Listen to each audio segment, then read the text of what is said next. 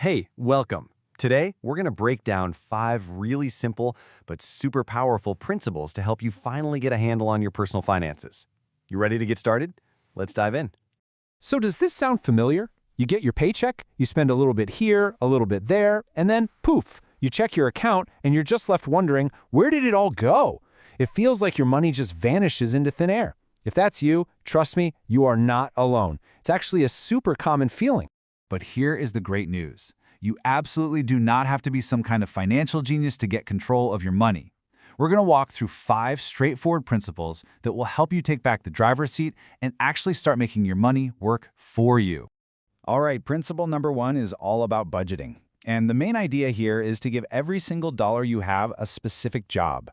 So instead of your money just kind of sitting there waiting to be spent, you're going to be the boss and tell it exactly where to go.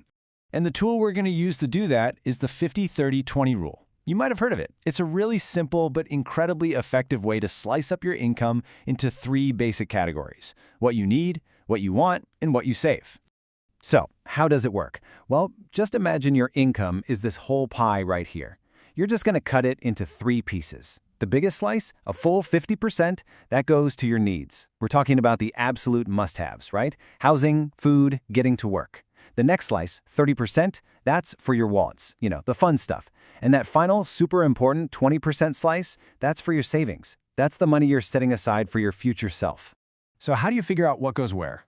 Well, needs are things like your groceries and essential supplies. Wants cover things like video games, grabbing snacks, or hanging out with friends. And savings, that's for emergencies or those big future goals. The way I like to think about it is needs are the things I absolutely can't live without. Wants are the things I can live without, but, I really don't want to. And savings, that's just me investing in future me. And please, do not stress if you can't stick to this rule perfectly. Life is complicated. The important thing is just to have a plan and to be aware of where your money's going. If you find out your needs are taking up, say, 60% of your income, that's totally okay. You just adjust the other categories. The whole goal is to find a system that actually works for you. Okay, our second principle is all about really understanding your own spending habits.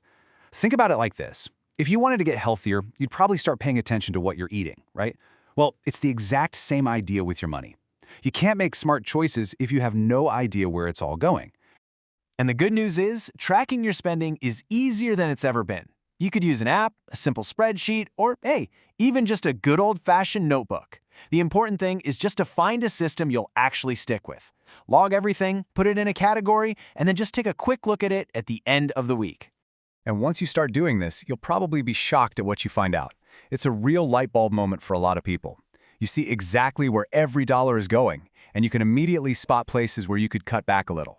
This is where you can start making some serious progress toward your goals.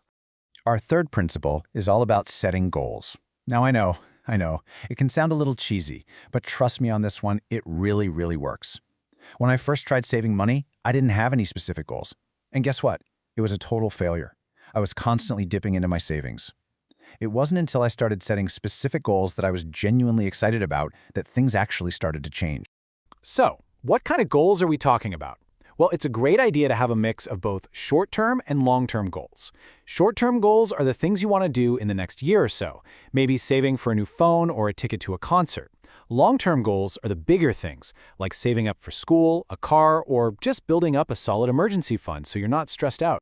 And here's the real magic. When you have a clear goal in mind, something you're actually excited about, it becomes so much easier to say no to those little impulse buys.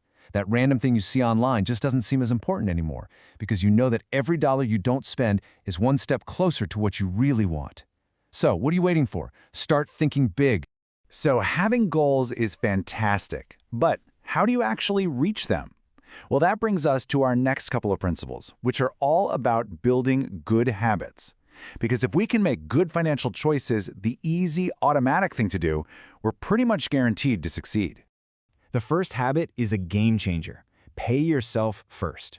This means as soon as you get paid, before you pay any bills, before you buy anything, you move a set amount of money straight into your savings. And honestly, the best way to do this is to just set up an automatic transfer with your bank. That way, you don't even have to think about it. It just happens. Your savings just grow in the background. And our final principle. Oh boy, this is all about taming the impulse spending monster. You know exactly what I'm talking about, right? It's that little voice in your head that whispers, "Go on, just buy it. You deserve it." Well, it is time to tell that voice to be quiet. So how do you do that? Here are a few really powerful tips. First, before you buy anything that's not an essential, just give yourself a 24-hour waiting period. Just pause. Second, figure out your triggers. Do you spend more when you're bored or stressed? Find other ways to deal with those feelings. And third, just make it a little harder to spend. Unsubscribe from those tempting marketing emails and maybe delete your saved credit card info from your favorite online store. So there you have it, 5 simple principles that can truly help you master your money. Let's do a super quick recap. First, use that 50-30-20 rule as a guide. Second, track your spending so you know where your money's going. Third, set clear goals that actually gets you excited. Fourth, pay yourself first by making your savings automatic. And fifth, learn how to manage that impulse spending monster. And that's it. These principles might seem simple, but when you actually use them consistently, they are incredibly powerful. So I want to leave you with a little challenge. What's one thing you're going to do today to start taking control? Maybe it's setting up that automatic transfer or just downloading a tracking app. Whatever it is, do it now. Because the sooner you start, the sooner you'll be on your way to feeling great about your finances.